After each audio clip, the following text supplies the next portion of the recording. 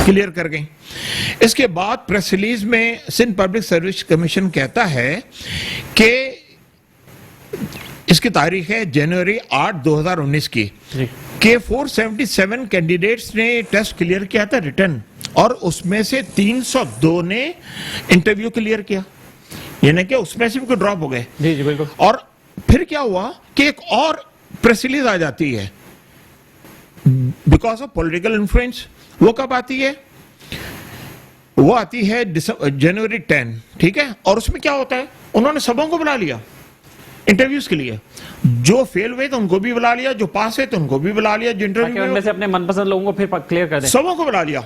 और जो पहले जिन्होंने क्लियर किया था वो 302 थे, और इन्होंने जो सिलेक्ट किए हैं वो किए हैं 17,083।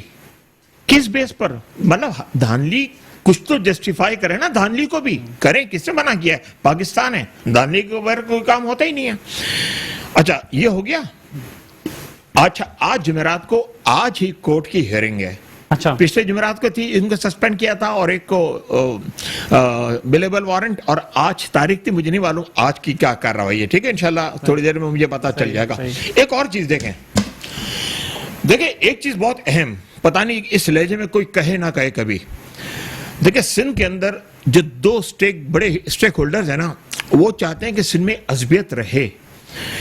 अज़बियत रहेगी तो उनकी दुकानदारी रहेगी। 60-40 पर एक जमात बहुत शोर मचा रही है असेंबली के अंदर बाहर। 30 साल से वो एंजॉय कर रहे हैं हुकूमत, कभी नून लीग के साथ, कभी पीपल्स पार्टी के साथ, कभी फलां के साथ, आजकल पीटीआई के साथ। 30 साल तक आपको सिंध के अंदर मर्दमशुमारी पर जब आपको तकलीफ है, आपको तकलीफ नहीं उठी थी। आज आप कोटा सिस्टम की बात करते हैं तो कोटा सिस्टम तो पिछले 30 साल से फॉलो नहीं हो रहा था। आप क्यों खामोश थे? आज आप अचानक आपकी गैरत जाग गई। कल मलिक रियाज ने खरीदा था और कोई और खरीद लेगा। ये तो बिकने के लिए लोग हैं। एक्चुअली ये इनकी दुकानदारी है। ये कोटा सिस्टम को रखा इसलिए गया है कि वोट देते वक्त ऐसी फजा पोलराइज कर दी जाए कि वोटर जो है ना, वो इधर दिस वे और दैट वे वो ब्लॉक हो जाए, वो किसी और को वोट ही ना दे, उसको सोचने का मौका ही ना मिले।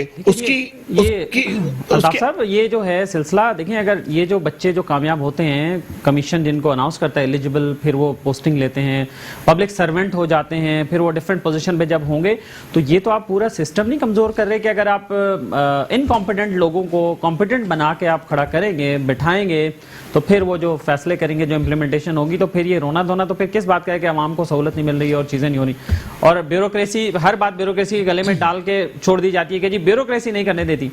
तो भाई आप लोग क्या कर रहे हैं? तो ब्यूरोक्रेट्स को ये तो ला रहे हैं ना। हाँ। इस फ्लॉ सिस्टम के तहत ला रहे हैं। मैं एक और मिसाल दूं आपको, ये जिना अस्पताल, NICVD वगैरह 3-4 अस्पताल है ना, जो पहले फेडरेशन के पास थी, अब बिलावल साहब बहुत शोर मचा रहे हैं, इनको हमारे हवाले करो।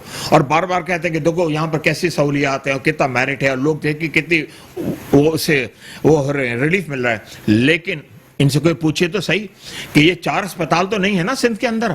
सिंध में तो सैकड़ों अस्पताल हैं, हर डिस्ट्रिक्ट लेवल पे हैं, डिस्ट्रिक्ट लेवल पे है, तहसील लेवल पर है। उनका जिक्र कभी नहीं करते। ये 4 का क्यों करते हैं? ये 4 फेडरेशन के अंडर में थे, वहां पर जो पोस्टिंग्स हुई थी। पूरे सिंध से लोग उठ के यहाँ क्यों आए इन 4 अस्पतालों में? मुख्तलिफ अजला से आए, किराए अफोर्ड नहीं कर सकते, गाड़ियां नहीं किराए पे ले सकते, उनके पास खाने को नहीं है, तो अपनी जायदादें बेच के आ रहे हैं, अपने जानवर बेच के आ रहे हैं इलाज कराने के लिए। जी जी जी।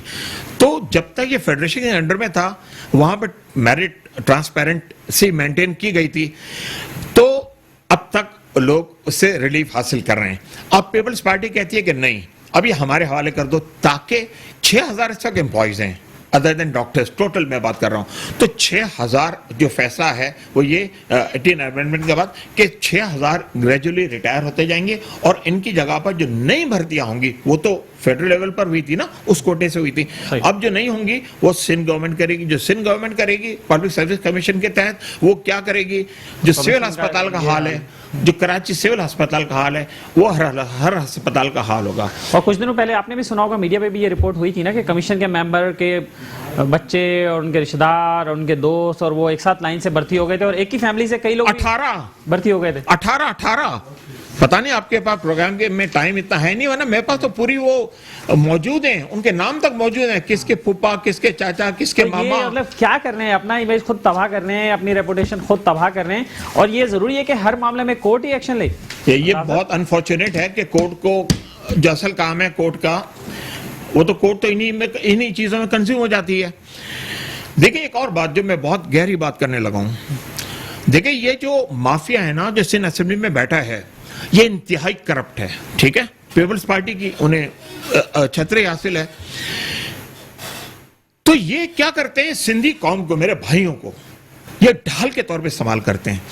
ये फौरन उस तरफ ले जाते हैं कि ये सिंधी अज़बियत है, ये अगर कोई साहब बात कर रहे हैं इस पर तो ये सिंधियों के मुखालिफ है। नहीं, ये सिंधियों को ढाल के तौर पे इस्तेमाल कर रहे हैं। देखें ना, अयूब पवार साहब गए, ये सिंधी है ना, वो जो मखदूम है खातून, वो भी सिंधी है ना।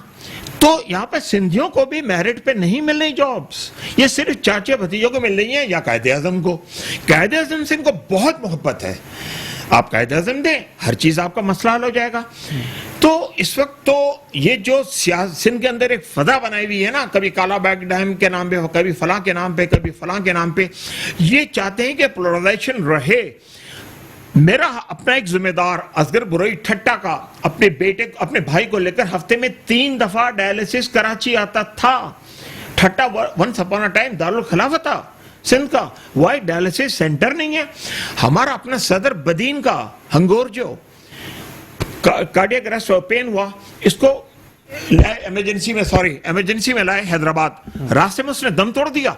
बदीन जैसे शहर के अंदर फैसिलिटी नहीं है, तो ये तो इस्तेमाल करते हैं अज़बियत को। अब लाड़काना जाए, कराची ठीक है बहुत ज्यादा उसका हाईलाइट होती है, लेकिन अब लाड़काना तो इससे ज्यादा बुरा हाल है। तो सर अब आपकी हिकमत अमली क्या होगी कमीशन के हवाले से? कमीशन के हवाले से इसको रिस्ट्रक्चर किया जाए, क्योंकि इस वक्त इसमें जो मौजूद हैं उसमें एक साहब हैं, मेरे पास नाम भी उसका लिखा हुआ है, उसका नाम है गालिबन आबिद अली शाह, जिसने घी कॉर्पोरेशन ऑफ पाकिस्तान जब उसके हेड थे वो, तो इन्होंने उसको डुबो दिया, खत्म कर दिया, और आज इसी उसमें है।